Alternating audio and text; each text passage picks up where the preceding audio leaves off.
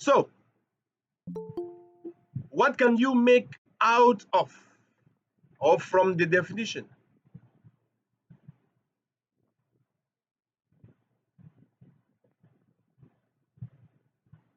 What really can you make from that definition? Madam Harriet, what can you make from that definition? Yes, sir, I see that the plan looks into the future. Okay, very interesting.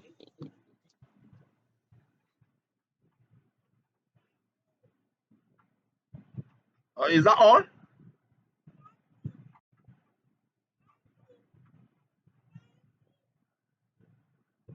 Let us get a helping hand from Madame Lionette. Hello, Madame Lionette. Are you with us? I can't get you. When you want to talk, you unmute your mic, then you come on, okay? We can't get you, Madame.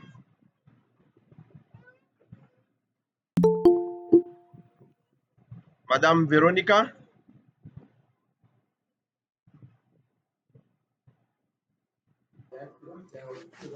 Yes, this is me. Just need a careful organization.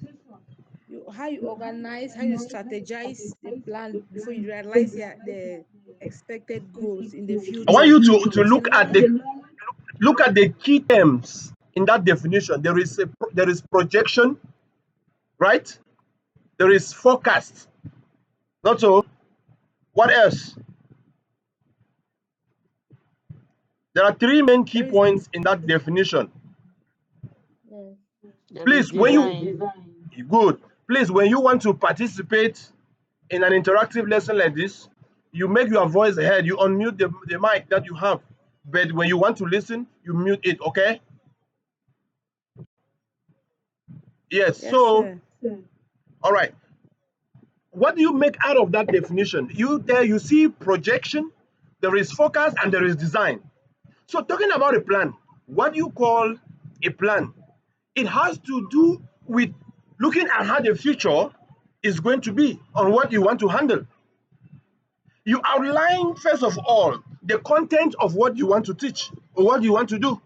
If it is a subject that you want to teach, that subject has maybe different lesson, it has different topics or modules, not so. Now, these modules that you have, how is it going to be handled in future? What pattern will it take? Is it going to be in different periods? Putting it, if it's a period, what are the different lessons from there? How many minutes do you give to a particular lesson? And if at all, for how long should we actually teach these lessons in that module? That is what you look at it. Then now you see, who are you going to teach? What are the category of learners you want to teach?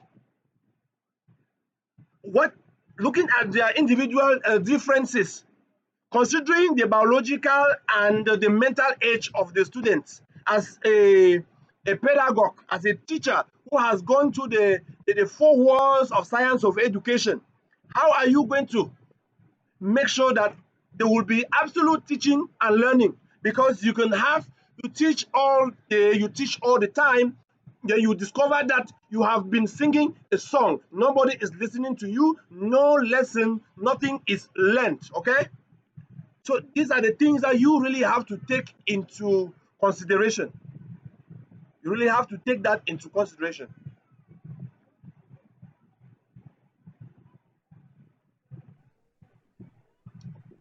So we get now to one last definition. Then from there we get to the course. Yes, one last definition there is given to us by, let me look at it vividly. We have Owingo, 1991.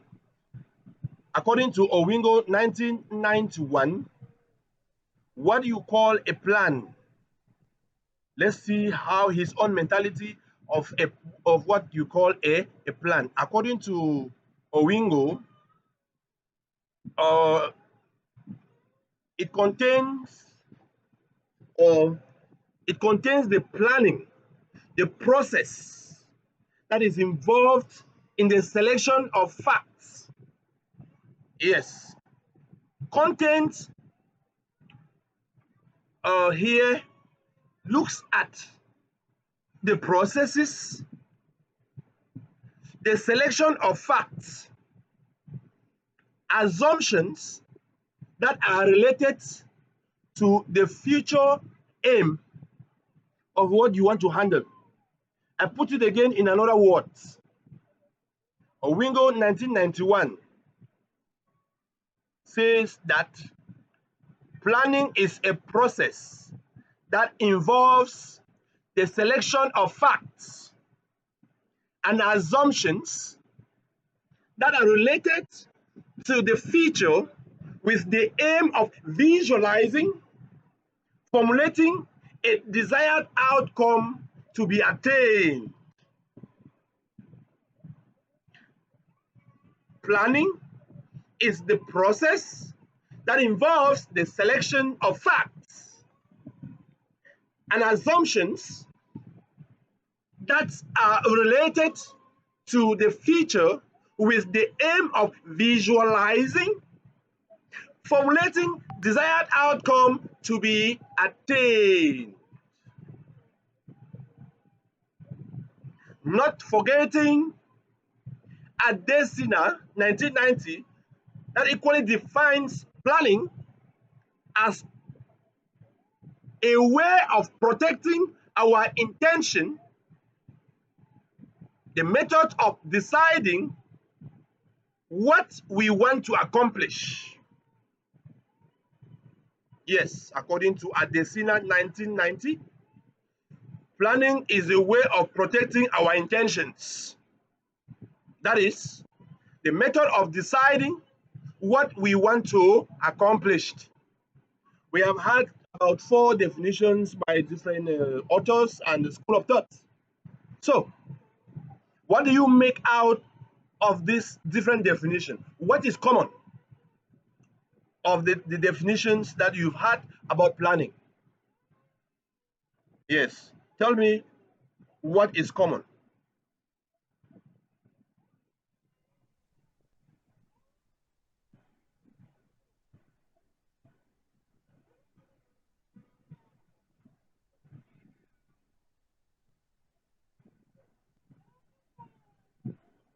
Can you tell me what is common?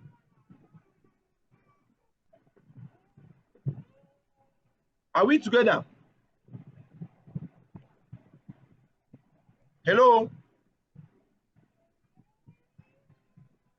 Yes, from the definitions that you've Yes, had, sir. please tell me what is common. I want to equally connect those who are made that way. I was instead sending the list. Okay, Madame Ramatu has just done that. She has done that. She's forwarded the list. Okay. From the 4 definitions that you've had, please, I want to hear your own side of the story. I want to hear what you think is common, the most important thing that has to be taken into consideration as far as planning is concerned.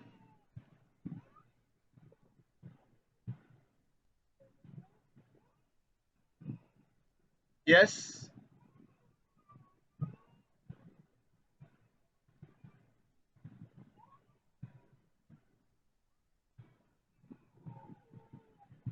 Let me try, sir. It's a process that ends with evaluations.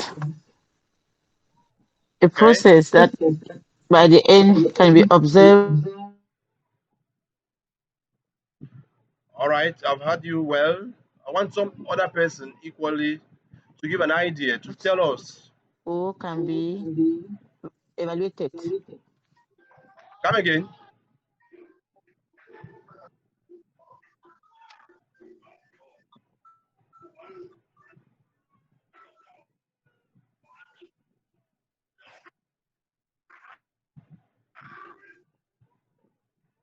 Yes.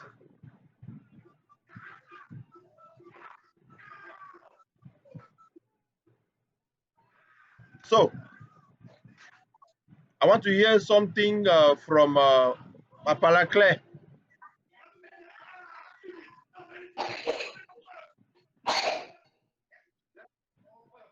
Is she there?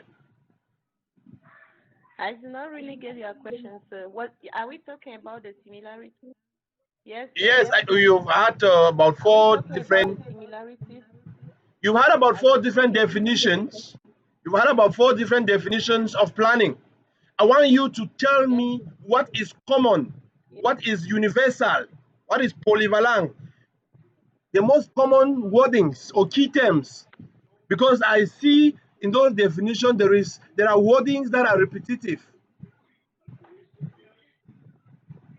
Yes, so that we can yes, ponder sir. on it.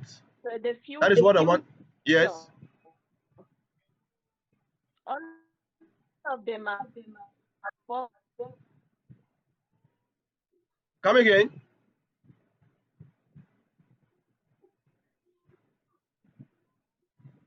Hello. hello, Yes. Can't get you clearly. hello. Yeah. So I've said they all the four are talking about the future. The Yes. plan Planning or I'm a plan saying that has to all do. the four definitions they are focused on the future. That is true. You have a point there, but that is not all. Some other person. Madame Lunchi Ruth, say something. I did not get the first definition. I got Yes, that if when you have some definitions, just tell us what you but have. for the three ones, Sorry? so from the definition that I had, I see that I said from the definition that I have, I see Yes. that the planning is an organization that focuses towards the future. Now planning is an organization. Planning is an act. It's an act, not really Yeah, an it is organization. organized. It is an It should act be that is made. It's an an act that act is that is made geared toward towards organizing. Okay. Okay, let's take one more word yes, sir. from Madame Kome Lucy. Is she with us? Is she there? Madame Lucy.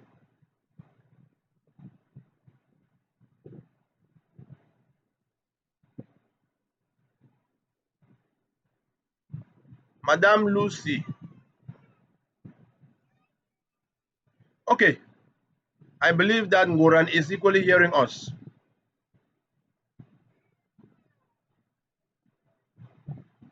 I just want to find out if there are some students who are facing difficulty in this lesson. Okay, now what is educational planning? Educational planning. Mm. We have had just planning. Let's look at educational planning. What do you understand by educational planning? The floor is open.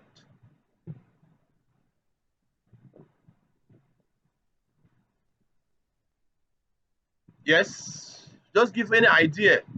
I believe that I am with teachers who have been teaching. They are not empty vessels, as insinuated by our John Locke. And so when I ask a question like this, I just want to hear your own understanding about that. Because I might be having in mind that you know this, you can actually have a grip of it. Meanwhile, you don't. But when you say something, it gives me the latitude to know how to evaluate you, to know what to add. Because I will not come here and be singing a song. I will not come here and be talking alone. Meanwhile, you are there. So it has to be interactive. So when I ask a question, just tell me what you understand. It mustn't be really the fact, but I want to use what you have to know what to do. Okay?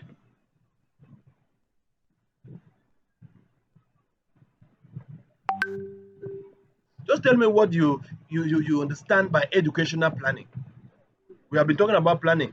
Now we are adding education to it. Educational planning. What is it all about? So can I propose something? Yeah. Can I? Okay, I can. For me, I think educational planning can be designing our methods of teaching in order to attain specific objectives or objectives that we have fixed for our class. Yeah. Come again, madam. I say educational planning can be the designing the different methods of attaining our objectives in school. All right. You have a point. A very big, good point at that. Who else? Who else? Sir, let me say something, sir. Okay. It is creating a plan of action to enable students have quality education. Okay. Yes, sir. Let me try something too. Okay. Yeah, in the areas of developing and implementing.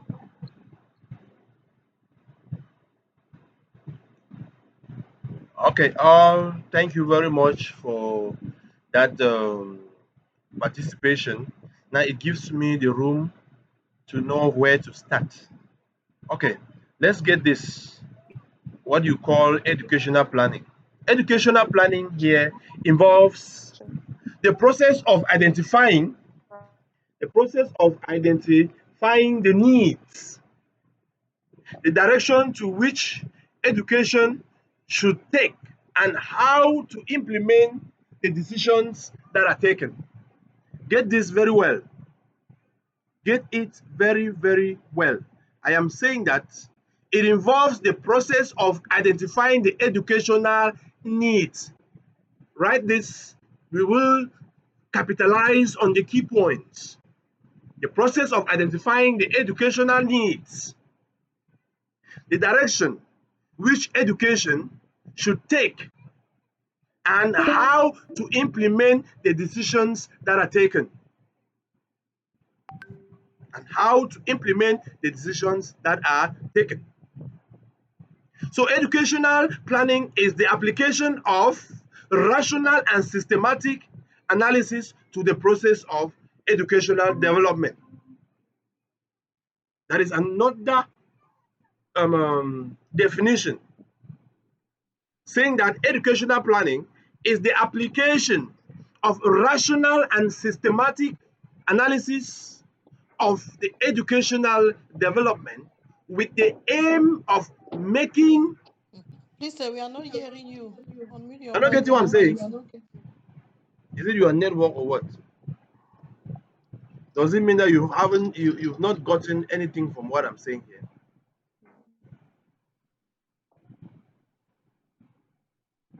Hmm? Please, sir, unmute your mic. We are not getting you. What do you mean? Let me see.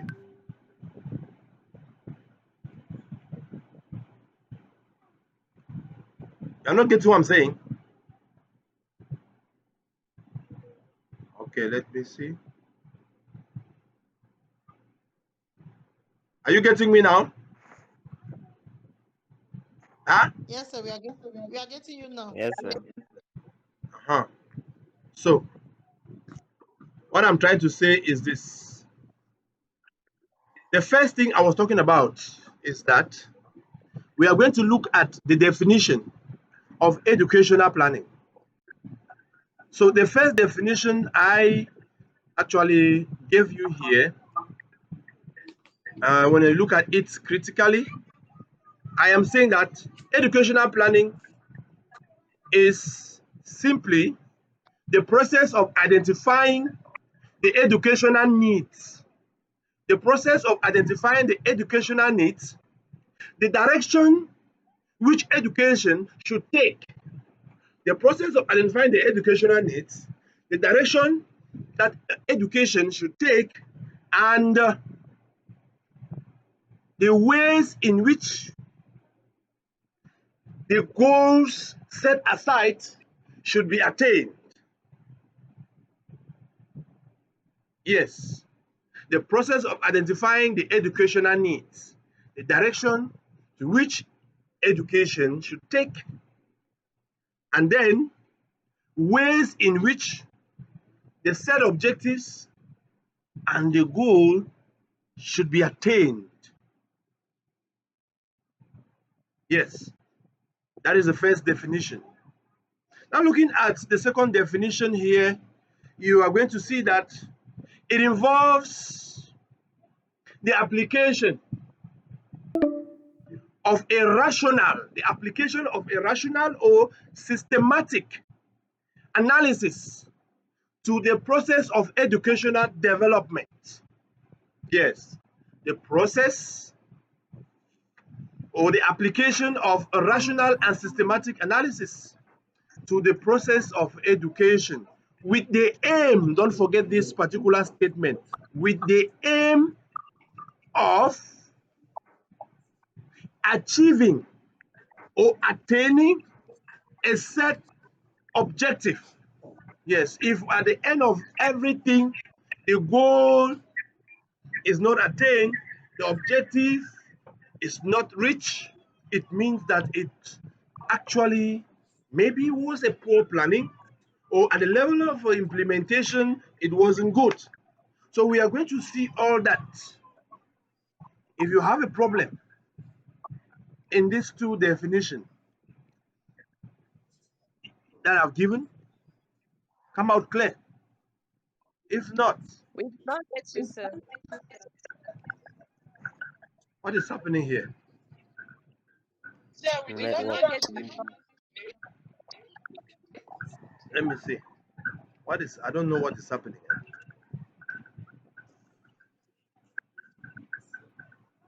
Are you getting what I'm saying? Yes, sir. Yes, But we sir. did not get the Yes, sir, we are definition. getting you now. You didn't get the definition. Yes, sir. Yes, sir. The first definition I was talking about, I said that what you call educational planning, what you call Yes, sir. educational planning is the process of identifying Yes, sir. the educational needs.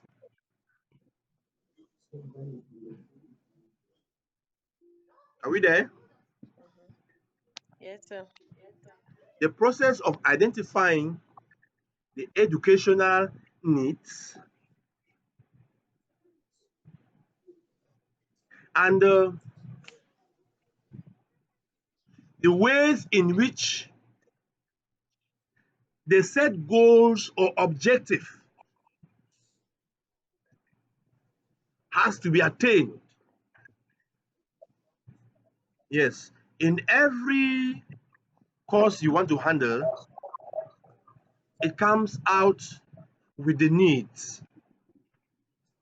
Yes, when you identify the different needs, you look at what you want to teach, who are you teaching, looking at the individual differences. Is it an inclusive classroom where you have a mixed ability of learners, people that are suffering from different forms of impairment, and the normal students in class? If that be the case, it means that you may have the deaf, the blind, and people that are suffering from dyscalculia and anesthesia and the rest. Now, how do you design a lesson that when presenting this lesson, every learner in class, whether deaf, dumb, blind, should be able to acquire, should be able to learn something from the dispensation of your lesson? It means that you have to identify their needs, the different needs of the learners. When that is done, how relevant is what you want to teach in the society? Yes, how applicable is the content to be dispensed in the society? Now, how are you going to deliver this lesson?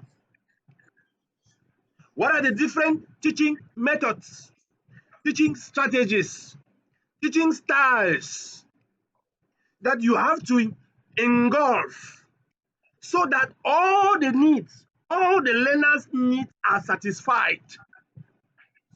Because if you bench on a particular teaching method, you will be satisfying the need of a peculiar or particular group of learners and leaving behind others. So it means bringing in multiple teaching methods, diverse teaching methods, teaching strategies, teaching styles, so that the learners all acquire one or two things from the lesson that has been presented, from the lesson that has been taught, from the lesson that has been dispensed. Is it understood? Yes, sir. You tell me that you did not hear me too now. We got it, sir. Huh? Did you get because it has been a pattern now. When I talk, I discovered I've been talking maybe for 5 minutes. You come and tell me that you did not hear.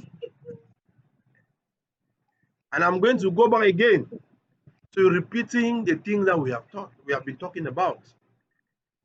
I think that if you have situation like that, you have your icons in front of you. There is a palm, a handle there. Just touch it. I will know that this person wants to say something.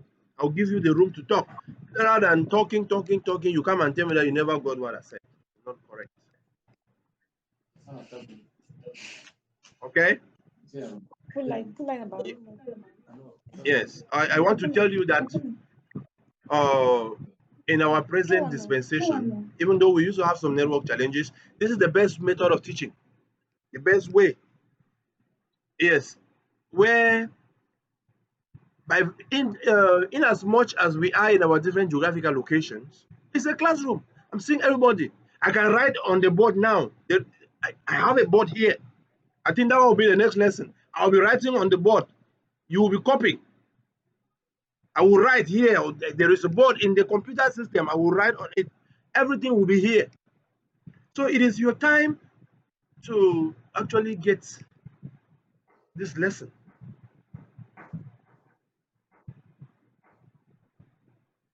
Even if the network is bad, it's not as bad as the one I used to just listen to you people complain. The thing is not going. It's not, in fact, series of complaints like that coming in and out. At least this one is a bit better today, right? Yes, sir. Oh, because I'm even hearing a voice that I've never heard. It's a male voice. I didn't hear that voice throughout the previous course. And what's your name, please? My name is Nge Emos, sir. Mr. Nge. You are welcome on board, okay? Yes, sir. It's my first time attending the class today. I've been trying the other session to no avail. Don't worry. Your problem will be solved. Okay? Thank you, sir. Yeah, so, in summary, are you getting what I'm saying? Yes, sir. Everybody, I'm asking a question. Oh. We are getting you, sir. Yes, sir, we are getting you. I don't want that thing to repeat itself. So, summarily, educational planning can be defined as the process of setting out in advance strategies, policies, procedures, programs, and standard through which an educational objective can be achieved. So this definition now is unified. It takes care of the different definitions that you had here. And I will take it over again. I'm saying that summarily, educational planning can be defined as the process of setting out in advance, that means before, strategies, policies, procedures, programs, and standards through which an educational objective can be achieved. Are we together? Yes, sir. Yes. Yes, sir. Come again. Ah, after coming again 3 times, I'm coming again. Okay. I am saying that in synopsis, in summary, we have had different definitions of educational planning, but there is a particular definition here that summarizes everything, and it upholds that educational planning is the process of setting out in advance. That means before strategies, policies, procedures, programs, standards through which the educational objective can be achieved. Did you get that? Yes, sir.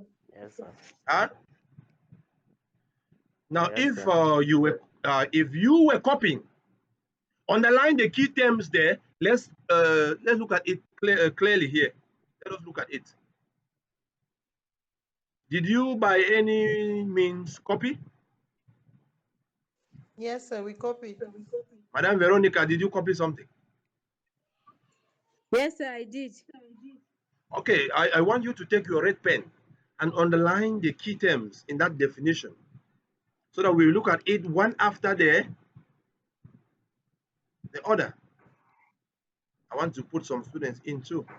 There are students who want to come in.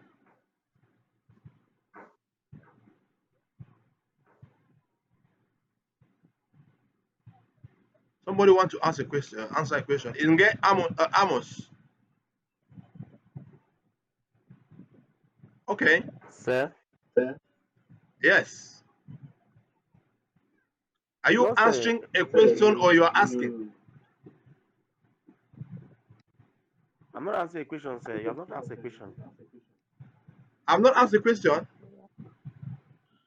Yes, sir. but do you have a question to ask me? Not yet, sir.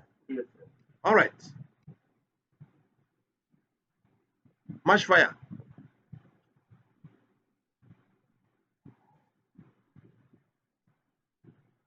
Hello, Amos. I said not yet, sir. I don't have a question yet. Okay. No problems. No problem. Yes, I am saying that you should underline the key terms in that definition I've given. Is that done? Yes, sir. Okay, what's the first key point there? I had strategies, policies. Good. No, Educational let's go policy. one. Yeah. Let's go one after the other, okay? Procedure. Okay, sir. Okay. Yes, in this particular course, we are talking about strategy here. Simply relates to the methods, the technique that is going to be employed in order to set out the different contents in order, because what you call the educational planners are involved in 3 things. First, setting up a plan on what is to be taught. Secondly, how it will be taught. Thirdly, who teaches what? Yes. Who teaches what? And who are you teaching to? The category of the learners you want to teach. So if you are teaching, for example, let's talk on handling moral education with the nursery school kids, maybe a nursery 2. If you have moral education, the lesson is, let me put somebody in class.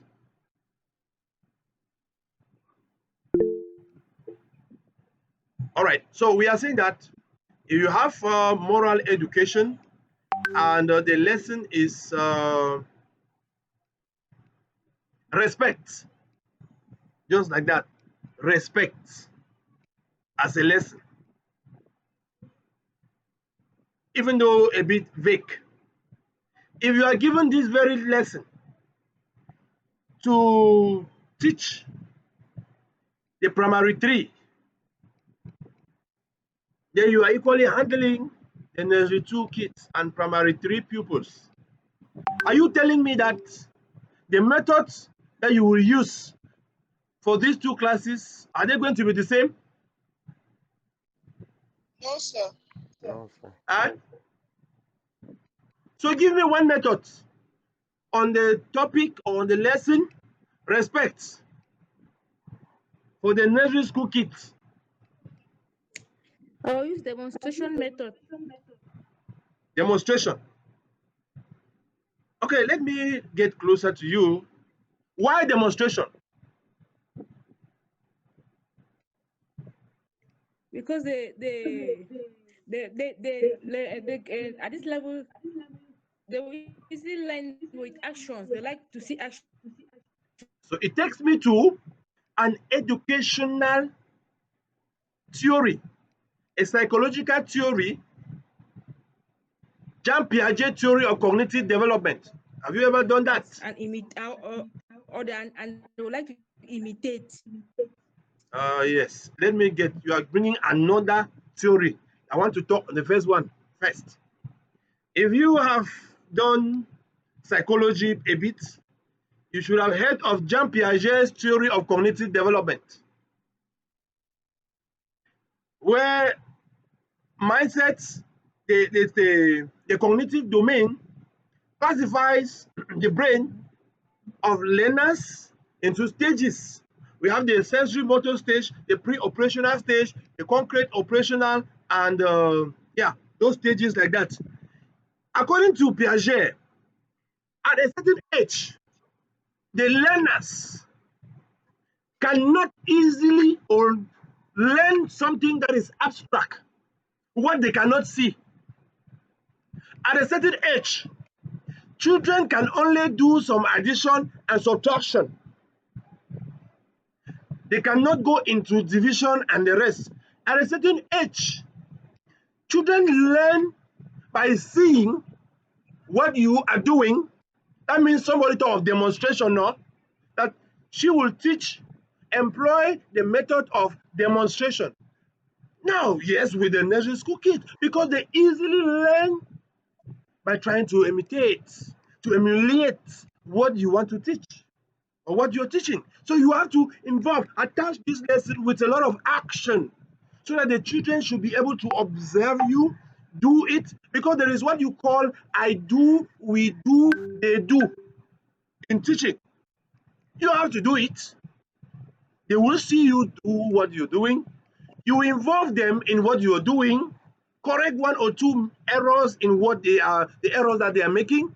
After that, you are going to leave them autonomously to observe them carefully to see what they can do, and then you just give some simulation. You just give some correction. So let's get to the primary 3. Just give me one method that you can use there.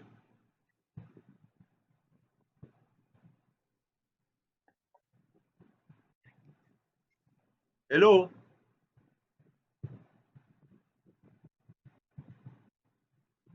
Nobody? You're not teaching primary 3 here?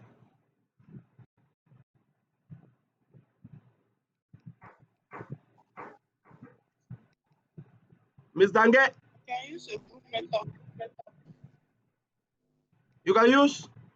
Yes, sir.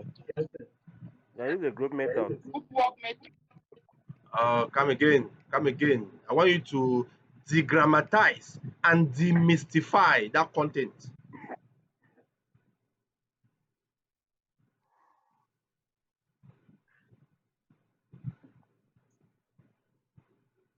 What do you mean by group methods? Yeah, I talked of a group method. Yeah, Means that's that what I I want can to bring maybe 2 kids out. Okay. Then they demonstrate, they respect to each other so that the others can see. Is that a group method?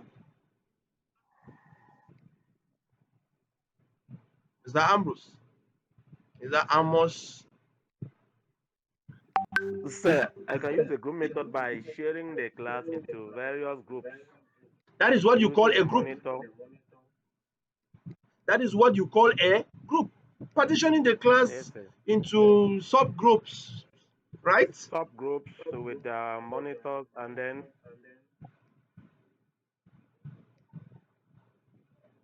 It's okay. I just have one question for you, Mr. Nge. Are you with me?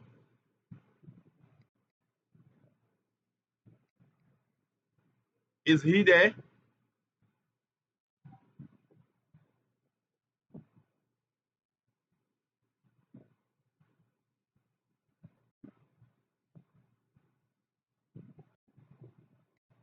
I don't know if Mr. Nge is there.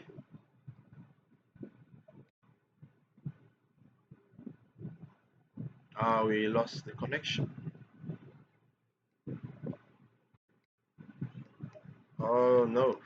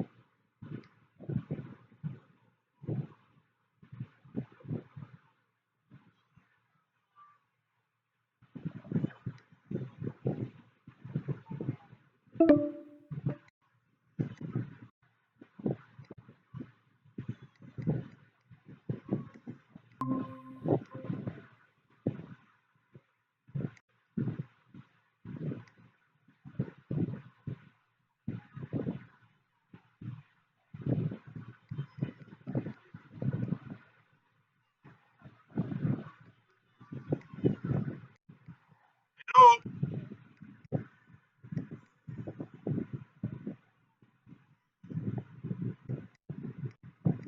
Are we together? yes, sir. Yes, sir. Okay. I wanted to ask a question to Mr. Nge before we had some network failure. I want to ask him a simple question. Why the group method?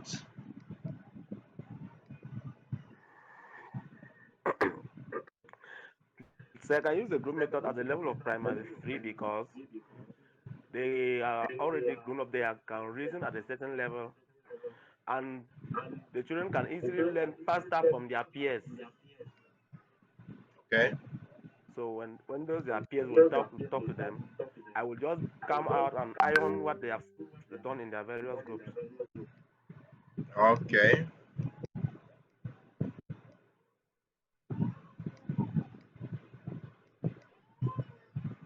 That's great. Great. I like it Thank when you. you participate like that. It's awesome.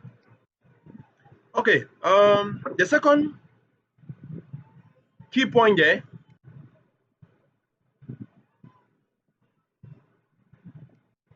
A second key point is policies. Good. Talking about policy here. What do you make of it?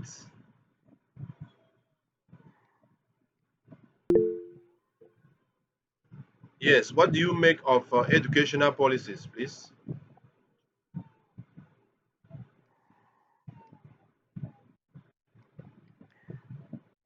Can I try? Okay. Yes, I think educational policies refer to the vision of the state, the type of citizen the state wants to train. And when the state already has this in mind, the state now will go in for policies that will guide the training and the formation of those citizens in the future. So these policies are guidelines, what will be done for the state to attain its objective. Okay. Okay. Yeah, I agree with you, but I want to just come in. What you call educational policies here refers to the laws, okay? It refers to the laws, the regulations, guidelines, principles that governs the system of education or that governs the particular lesson that you want to maybe teach, that governs the course content of a syllabus. I take it over again. That educational policies, or what you call policies here, simply refers to the laws, regulations, guidelines, principles that governs whatsoever that has been set aside to be handled or to be taught. Are we there?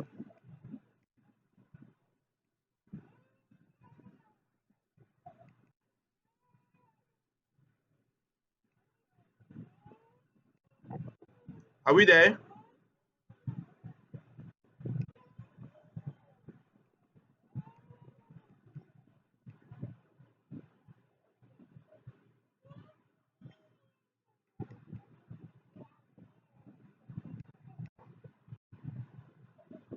So talking about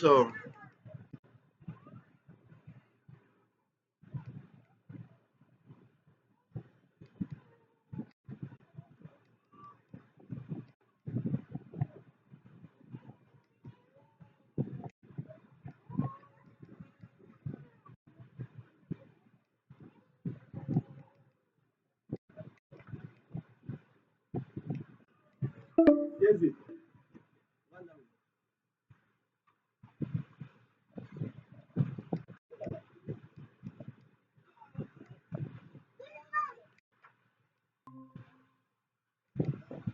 yes.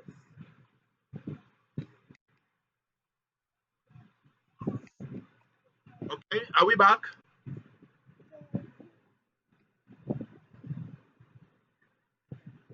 I was trying to explain what policy here is, educational policy.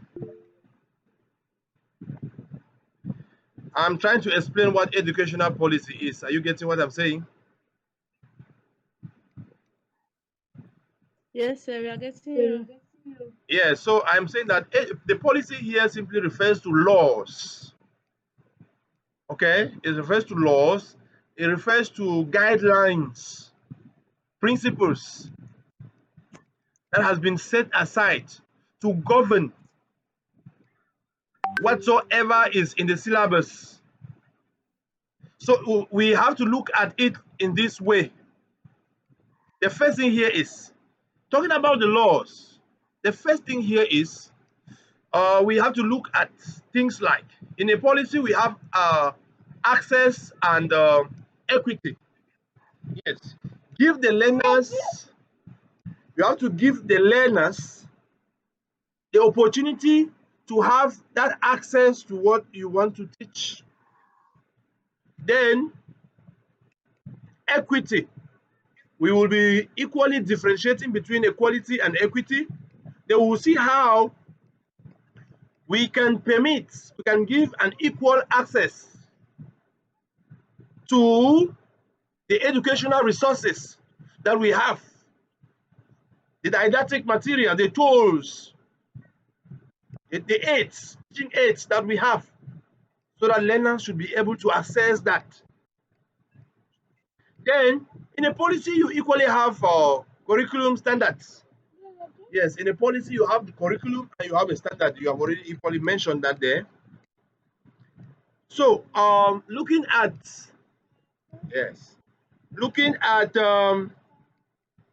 the first one here, access. Looking at access and equity in a policy. So they put up a law, a principle that will give everybody an equal opportunity. For example, like at first we used to hear of special education, right? But today it doesn't exist. Today what you hear of is inclusive education. What do you think is happening? Why changing the name, or why is that change from special education to inclusive education?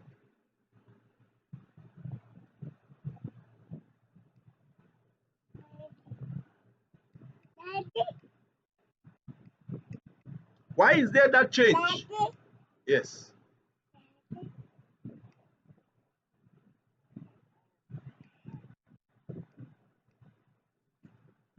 So we're looking at it.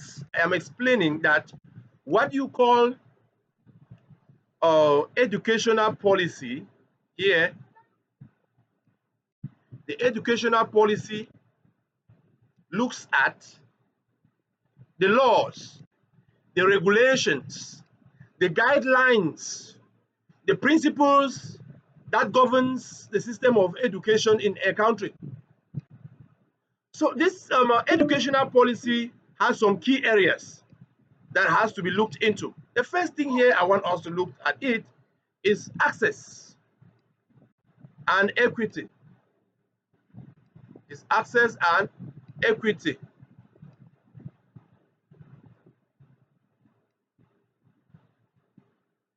So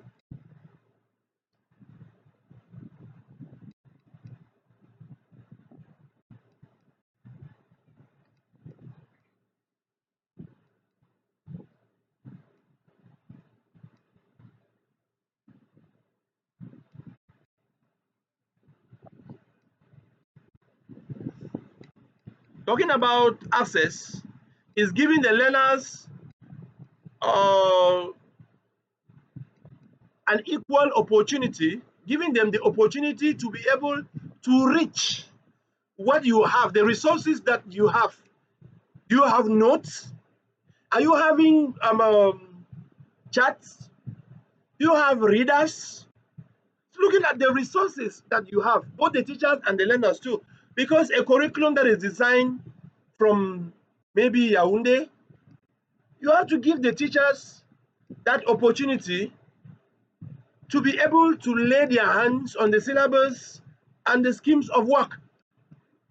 Yet, while the teachers will equally ensure that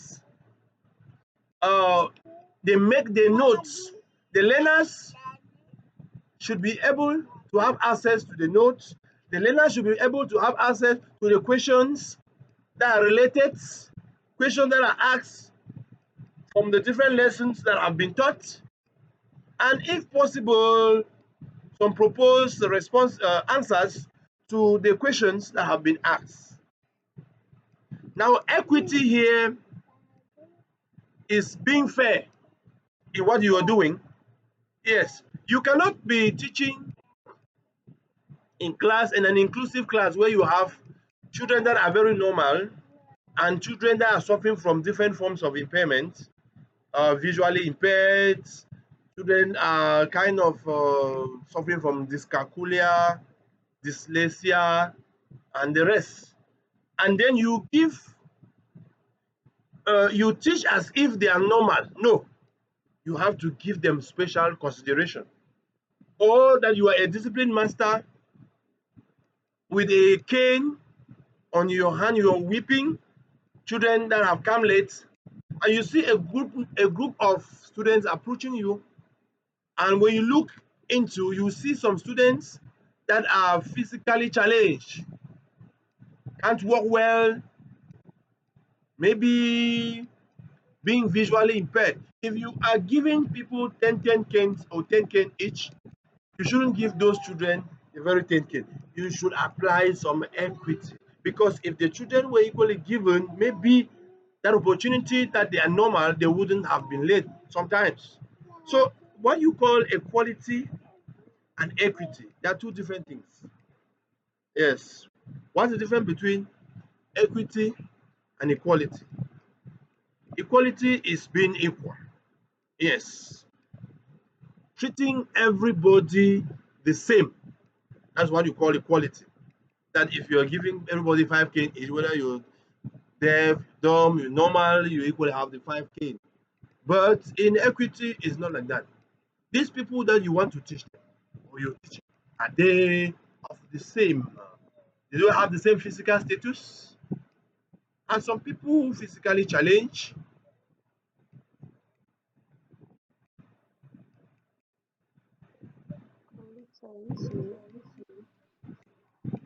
Hello,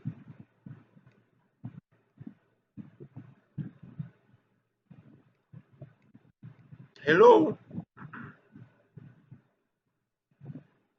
I am saying that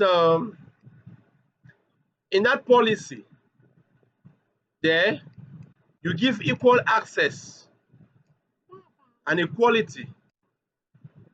There is a law that will be set aside. What you call they put on a particular law to say, for example, we were talking about the change from special education to inclusive education. You don't just get up and you see things happening like that. There is a particular law that is articulated. Yes, I think in the educational law of 1997, changing that name special education to inclusive education. The reason here is simple. By calling it special education, it made those learners in those days to feel some sort of, so have some sort of inferiority complex, to think that they are not part of the society, to think that they are being physically challenged, there is no ability in disability. So the government looked at it. Psychologically, it was demoralizing. And you know that the first thing that determines acquisition of knowledge in class is the affection, the feeling that you have for what has to be taught. Who is teaching the subject? Are you in good terms? Do you have, if you hate a teacher, you will not, you will, it will be difficult for you to acquire knowledge in whatsoever is teaching. So the Bloom's taxonomy, looking at the Bloom's taxonomy, looking at the affective domain, looking at the cognitive domain, looking at the psychomotor domain, you see that the feeling, the affection that you have for a cause determines the extent to which knowledge has to be acquired. Yes. And that is what most of us neglect in life. We neglect the affective domain. And we don't know that it has a very big role to play, a big one, in the teaching and learning process. A very big role to play. All right, I've heard you well. I want some other person equally to give an idea, to tell us. Come again.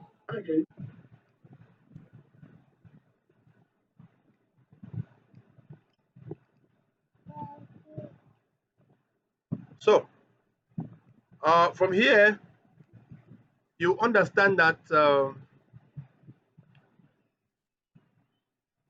from that particular term, Yes. has been explained. We summarize them I want to into hear this. something from Apalakle.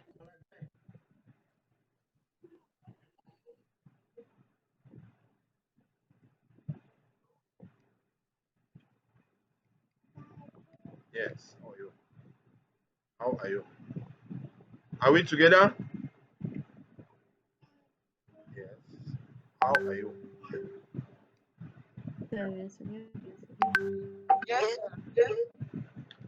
Yes. Far from that, please. I don't want us to.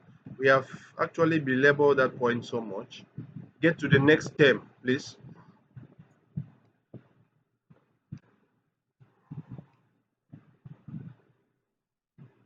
The next key term in that definition for policy, please.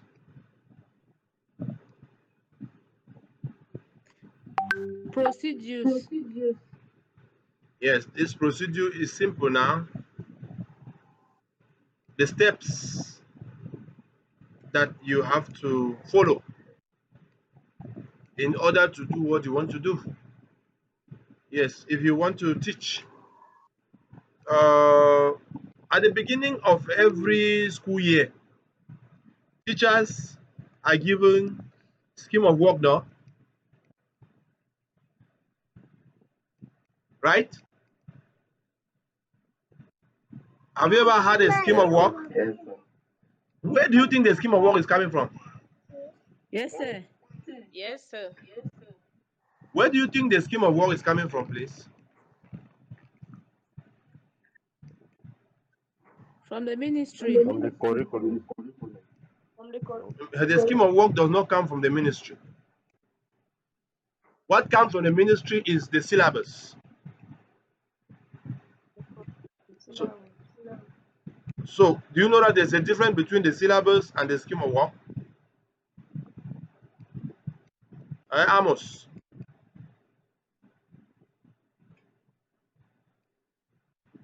So where does the scheme of work come from?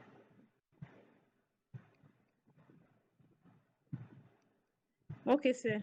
Yes, sir. Yes, the scheme of work is developed by teachers during seminars. The scheme of work comes from the regional pedagogic inspectorate, from your regional delegation. Are you there?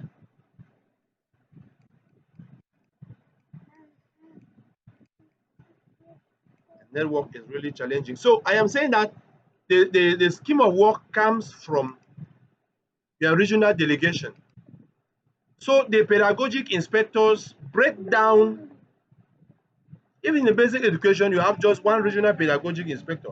Secondary education is not like that. Every subject in secondary education has about 2 or 3 regional pedagogic inspectors. But in your basic education, you have only one. So what happened here is that the syllabus is broken down into the scheme of work.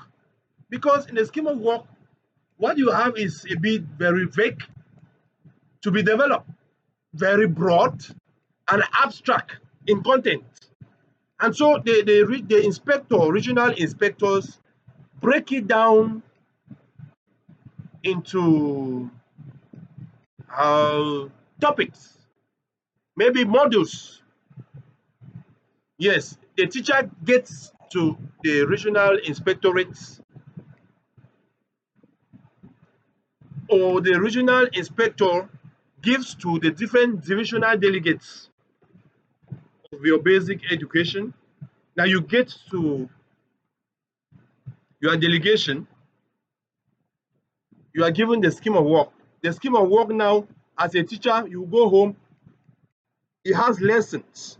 These lessons have been put um, into the different content where you have the notes that you will develop, the lesson notes, the lesson plan. I don't know. When we did this KPM, we had general lesson plan and specific individual lesson plan. I don't know if it's still existing. All those things are developed from the scheme of work that you get. Yes, when you collect your scheme of work at that level, it is broken down into learnable units, teachable units. Yes, you have the different lessons now there, the tabs. From there now, you use your lesson to develop your notes, to develop your notes. From your notes, you have your lesson plan. Yes, which gives you the ways in which you have to present your lesson from introduction to conclusion. The different steps after introduction, presentation, then you get to conclusion, where you will have consolidation and conclusion. Now, it describes what you will be doing at every stage of your lesson, the kind of question that you have to ask, the responses, attempted responses that you equally envisage that the learners are going to give during presentation, during interaction, and the rest. So procedure here simply explain the steps, the way in which it has to be done. So you get your scheme from the regional from the your divisional delegation now, which is coming from the regional delegation, where the regional delegation got the syllabus from the ministry. That is the procedure. Now, as a teacher,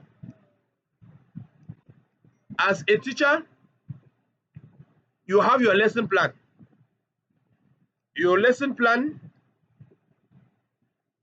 you equally have your lesson notes and the rest. So procedure here explains the steps. It describes the steps you have to follow to do what is ahead of you. So from the course content, the syllabus is gotten from the ministry. Your regional inspector derive the scheme of work from the syllabus, sent to your divisional delegation. Your head teachers, or you yourself, the head teachers get to, no, the inspectors, because from you have divisional delegate, then you have inspectors. Your inspectors from the different subdivision get these schemes of work. You get to your inspector, your head teacher gets to your inspector, bring the scheme of work in his office. You come to the office, you are given a copy of it. From there, you develop your lesson plan, general and specific, your lesson notes, mobilize your didactic material, your teaching aids, your resources. That is the way it goes. Are we there?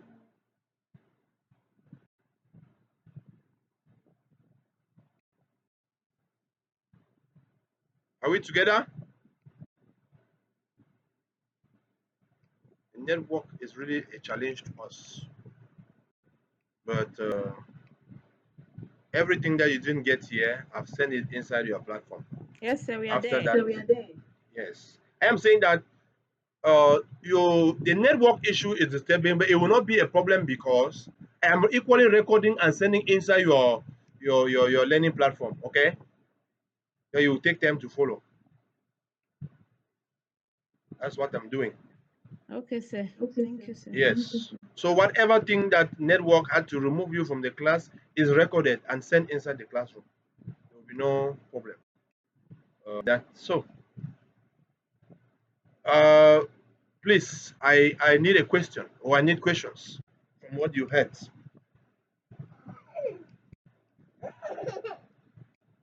And you don't come where.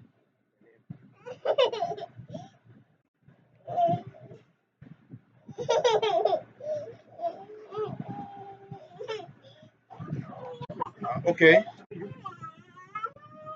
please, at least to show that you were following up the lesson, you cannot tell me that everything is understood. Or if you tell me that it's understood, then I'll be the one to ask my own question.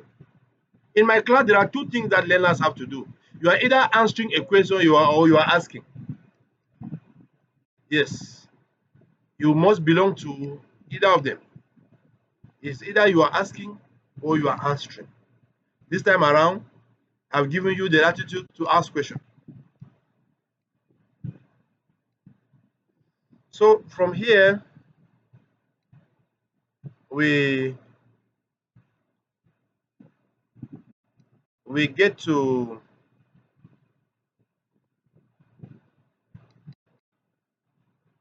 yes. I haven't looked at policy, procedure. Now we now get the program. What do you call program here? The program of work is the syllabus. It is a scheme of work. Yes.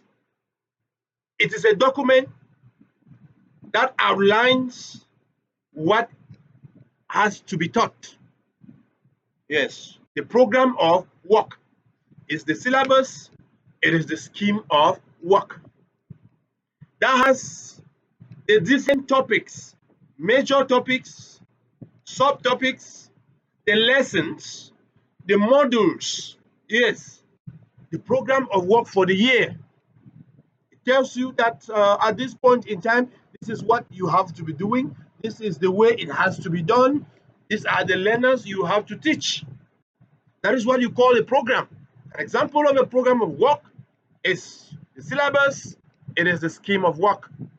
I've already told you the difference between the scheme of work and the sources. The syllabus comes from the ministry, the scheme of work is derived from the region by the regional pedagogic inspector. Basic education has just one single inspector, regional pedagogic inspector per region, and then who is a hierarchy to divisional delegates in his or her region. Then the divisional delegate now has inspectors, inspectors of the different subdivision who are answerable to the divisional delegate. Now the inspector in his subdivision has head teachers. The head teachers are directly answerable to the inspector. Then the head teachers at their own sphere of influence, they do have the teachers. The teachers now have the learners. That is the way it is done. Okay? That is the way everything functions. So, at this point, you see clearly that the program of work has been well defined. Then you get to the standard through which the objective has to be attained. Yeah. What standards have you set? We're talking about standards here. What do you mean by standards? Educational standards. Yes.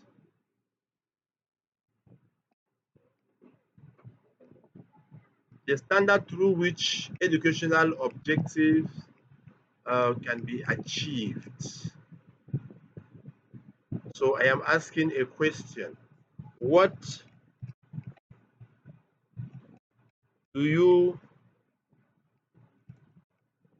mean by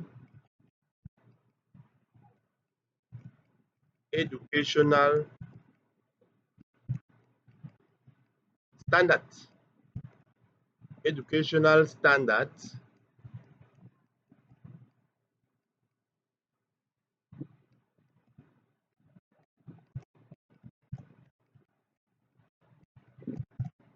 in relation to educational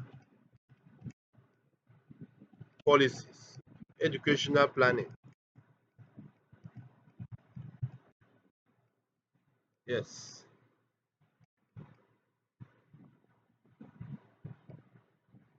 So,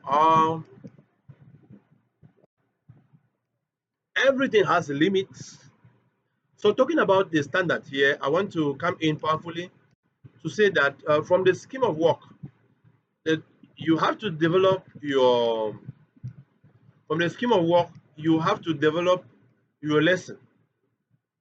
Yeah, and now that lesson that you have, it has a plan. There is a lesson plan. This lesson plan is individual or specific and general.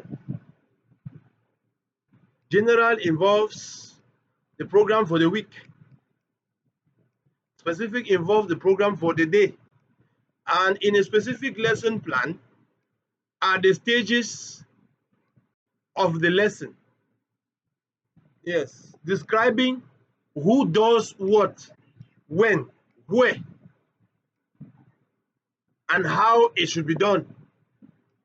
Yes, it describes the stages, every action of the teacher, and suggested behavior of the learners. That is how it is done. So talking about the standard here, you look at it in this way. Let me come back. I've been recording here for long.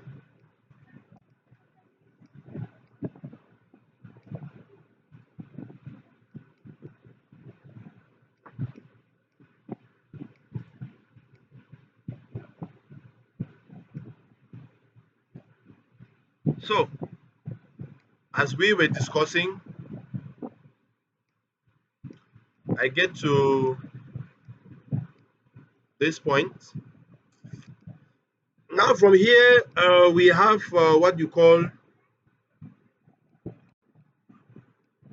the process of planning in education. Yes. What are the different ways in which planning has to be done? There has been a lot of agreement and major steps that has to be followed in order to look at planning. So what are these steps we are talking about? The processes involve the phases of planning and is subdivided into the following. The first thing there is issuing of directives by the politicians, a policy maker. Yes, we are into the processes of planning. And the first process of planning here is the act of issuing directives by the politicians. The second is preparation of plan by experts, the technocrats. The third is legislative approval of the plan.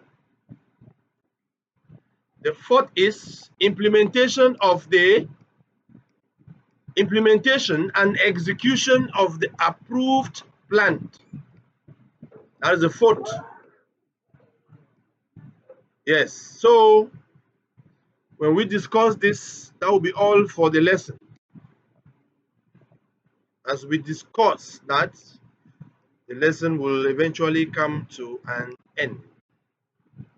Today was just an introduction to this course. So at this juncture, since the other line failed, I think that at this point now, what we have here is how is planning done? So at this level, we are going to see the processes of planning. Yes, the processes of planning, the different steps through which planning is done. Yes, the steps that has to be followed to execute planning. So it is fragmented or stratified into phases, and we call it the phases of planning. Yes, these phases of planning involves the following. The first here is issuing of directives by the politician or planner. That is the first. The second is preparation of plans by the experts or the technocrats. That is the second. The third is legislative approval of the plan. What you call legislative approval of the plan. The fourth is implementation or execution of the approved plan by the executive. Those are the processes. Now we are going to look at it one after the other. Talking about issuing of directives here, it has to do with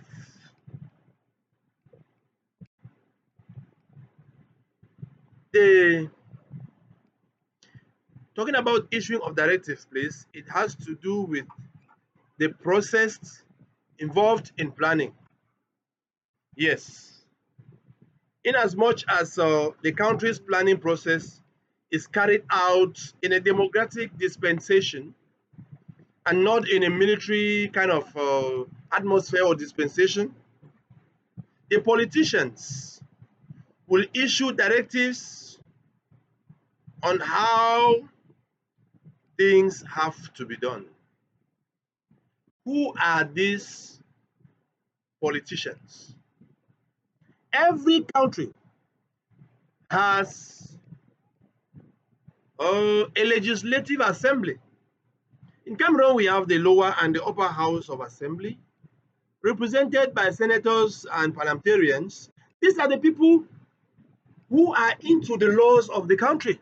When it comes to law, they are the people who come out with the laws, who come out with regulation, who come out with the policies.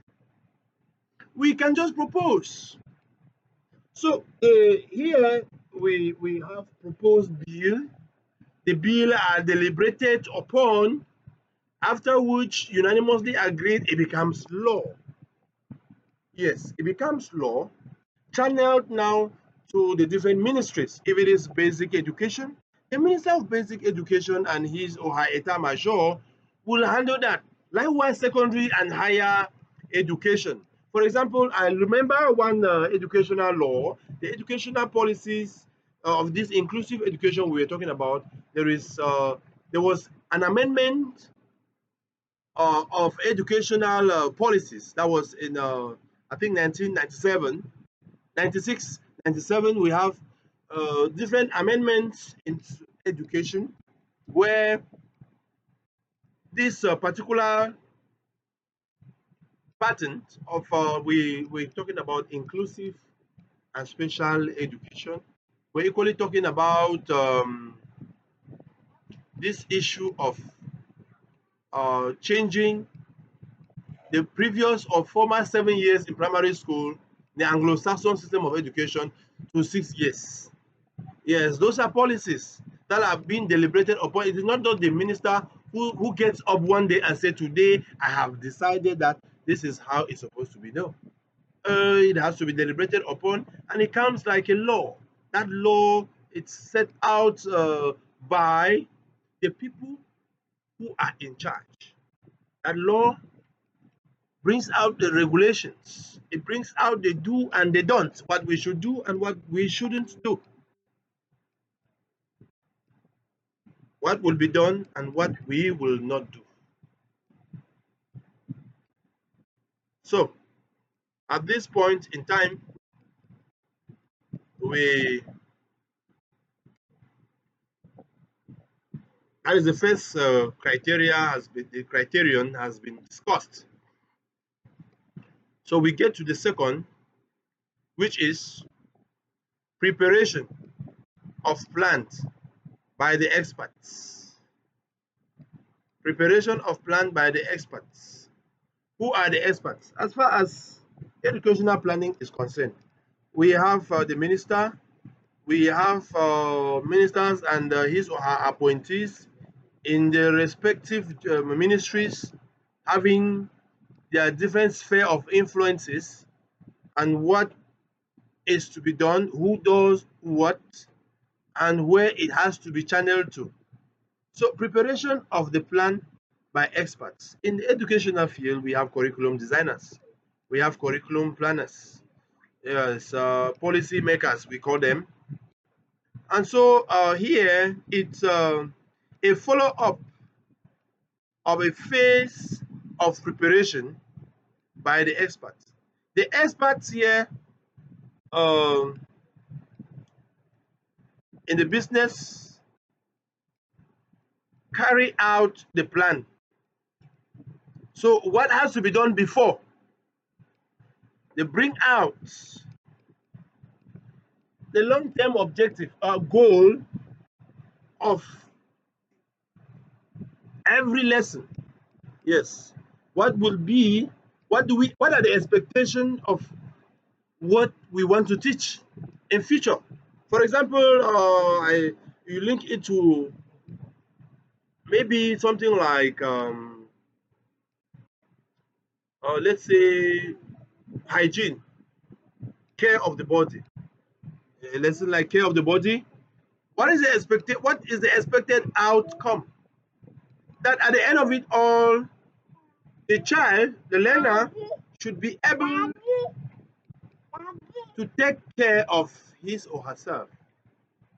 Yes, care of the body, have the different parts of the body, how to brush your mouth, how to bathe your body, and even, yeah, like that. So you have to bring out the different ways in which the part of the body has to be taken care of.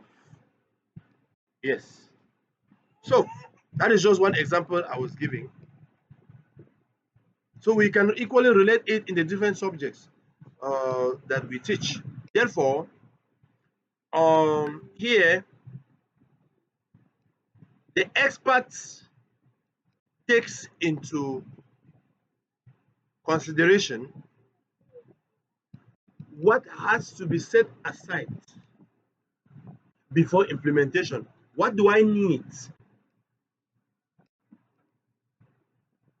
before I draw up the syllabus, before I can be able to derive the scheme of work from the syllabus, before I can be able to teach a lesson and narrow it down to the teacher after collecting the scheme of work.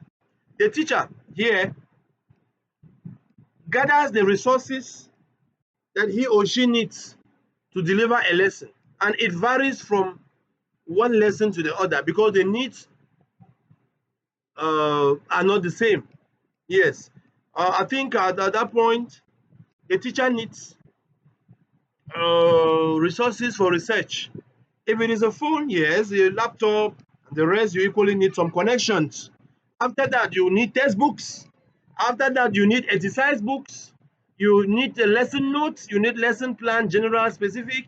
You need teaching aids. You need charts. Or you need maybe you want to be make it a bit very, very interactive and spicing it with the technology of today. You can equally need projector, speakers, microphone, and the rest. When you gather all those resources like that, you have didactic materials there. We have teaching aids. We have tools. We have resources. An example of a resource is the scheme of work, is the syllabus. An example of a teaching aid is something that helps, not necessarily a didactic material, what can help you deliver a lesson. It could be a projector, it could be a speaker that can be able to, if you have a large class size, you will need a projector with the speaker, the microphone to be able for your voice to go all around the class. As for didactic material, yes, the chart that you draw, yes. So what's the difference between teaching aids and didactic material? Didactic material is a teaching aid that helps the realization of a lesson objective. But a teaching aid is simply a tool that can assist in the teaching and learning process, not necessarily assisting an objective, a pedagogic objective to be attained. Yes, talking about the attainment of pedagogic objective, it is the didactic material and not teaching aids. So that is what I'm talking about. So the third point here is the legislative approval of the policy. Yes, who approves that?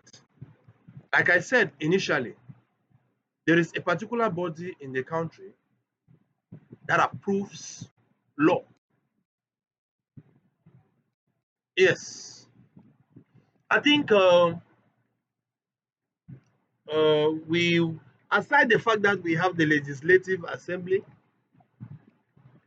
the ministry, the minister and the close collaborators equally are the ones who needs to say that this particular thing is okay, because they are the technicians, they are the people who know the four walls of what has to be taught. They have been professionally trained for that. And so when once they give an approval that this thing is done, then at the level of the legislature, because parliamentarians will not know, they have nothing to do with the lesson plan, teaching aid, how the lesson has to be done, needs an approval from the minister. The minister now with the close collaborator are the one to say it's okay. Now, if it is okay, what backs it is the law, and it is not the minister that has the prerogative of such. Yes, you have a legislative assembly. Yes, it can be upon by deliberation too. I'm not saying that the minister and close collaborators are sidelined from that. They have a say in that. Now, when it comes to educational planning, the planning is done in the ministry. Yes, that planning, the ministry, at the head is the minister. The minister with the Secretary General in the presidency, have the DJ. After that, you have National Pedagogical Inspector and close collaborators who come out with the plan, the preparations for that.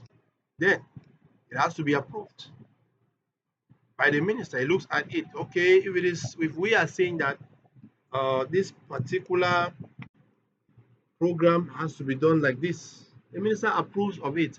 For example, initially at first, we had 7 years in a primary school. Students, there are students today or teachers who were members of the notion of class 7. Now it's no longer, there's no, we don't have class 7, we have a class 6. And so it was changed. What actually allows such innovation or a change to come in is the law from an approval. Yes, it has to be approved. When once it is approved, okay, it becomes law and everybody has to respect that. Remember, nobody is above the law. Yes, yes. Like then implementation now. After everything, lessons, the persons who implement are teachers. Yeah, they are at the grassroots. The teacher at the grassroots is the person who implement. After approval, everything is resting on the shoulder of the teacher. The teacher breaks the scheme of work into teachable units. The teacher draws up the lesson plan. The teacher makes up the notes. The teacher mobilizes resources. The teacher mobilizes didactic material, tools, and the teaching aids. The teacher delivers the lesson. The teacher evaluates the learner. The teacher proclaims the results. The teacher gives feedback. The teacher is the liaison between the parent and the student. The teacher ensure that even at home, the learners are working by giving them some consolidative exercises, assignments, keep them busy. The parent furnish the teacher with information of the inability of the learner if they are exhibiting some delinquencies, like as juvenile as they are, then the teacher handles that. Yeah, some kind of wayward behavior, moral decadence, being a social misfit in the society. The parents who are into good parenting Yes, because what actually spoils our learners today is poor parenting. Yes, some parents do not have time for their children. Strict follow up is not there. You see, a parent will take time to come to school to report a child that this child like this, these are the kind of behavior manifestation that the child does that I am not okay with it. So at that level, you see that the